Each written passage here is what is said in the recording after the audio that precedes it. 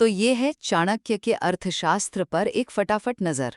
अच्छा, क्या आप सोच सकते हैं कि कोई 2300 साल पुराना भारतीय ग्रंथ आज भी दुनिया भर में राज चलाने और स्ट्रैटेजी बनाने के लिए पढ़ा जाता हो? हाँ जी, ये है आचार्य चाणक्य का अर्थशास्त्र, जिन्हें कौटिल्य भी कहते हैं। देखिए, ये सिर्फ एक किताब नहीं है, बल्कि सम्राट चंद्रगुप्त मौर्य का जो विशाल साम्राज्य था ना, उसको बनाने और चलाने के लिए तैयार की गई एक प्रैक्टिकल गाइड है। राजकाज, कूटनीति, अर्थव्यवस्था, सब कुछ इसमें है। तो पहली बात, ये कोई सिर्फ थ्योरी या किताबी ज्ञान नहीं है भई। अर्थशास्त्र तो समझिए, शासन चलाने का एक सीधा-साधा प्रैक्टिकल नक्शा है। टैक्स कैसे लेना है, राज्य को सुरक्षित कैसे रखना है, अरे हाँ, जासूसों का नेटवर्क कैसे काम करेगा, हर चीज पर बिल्कुल साफ निर्देश हैं। चाणक्य ने इसे नंद वंश को हटाने के बाद चंद्रगुप्त मौर्य की मदद के लिए ही तो लिखा था। दूसरी बात, चाणक्य ने राज्य को ना 7 अंगों वाला एक शरीर माना।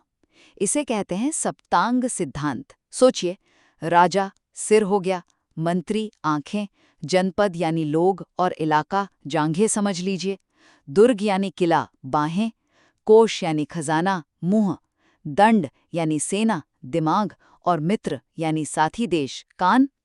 चाणक्य मानते थे कि इनमें से एक भी अंग कमजोर हुआ ना तो पूरा राज्य हिल जाएगा। बैलेंस बहुत जरूरी था। और हाँ, राज्य की ये समझ जो है, सरकारी नौकरी की तैयारी करने वालों के लिए प्रशासन को बारीकी से समझने में आज भी बड़ी काम की है। और तीसरी और शायद सबसे गजब की बात, चाणक्य के लिए ना शासन का असली मतलब सिर्फ ताकत जमा करना नहीं था, बल्कि लोगों की भलाई और उनकी खुशी थी।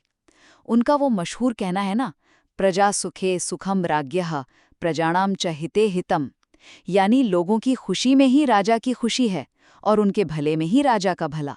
सोचिए, उस जमाने में जनता के बारे में इतनी गहरी सोच। तो सीधी सी बात है, अर्थशास्त्र सिर्फ इतिहास नहीं है, बल्कि राज्य चलाने, रणनीति बनाने और हाँ, लोकनीति की एक ऐसी पाठशाला है जिसकी बातें आज भी उतनी ही जरूरी हैं। ऐसे ही और सीखने सिखाने वाले एपिसोड्स के लिए कीर्ति टेक को फॉलो या सब्सक्राइब करना न भूलें।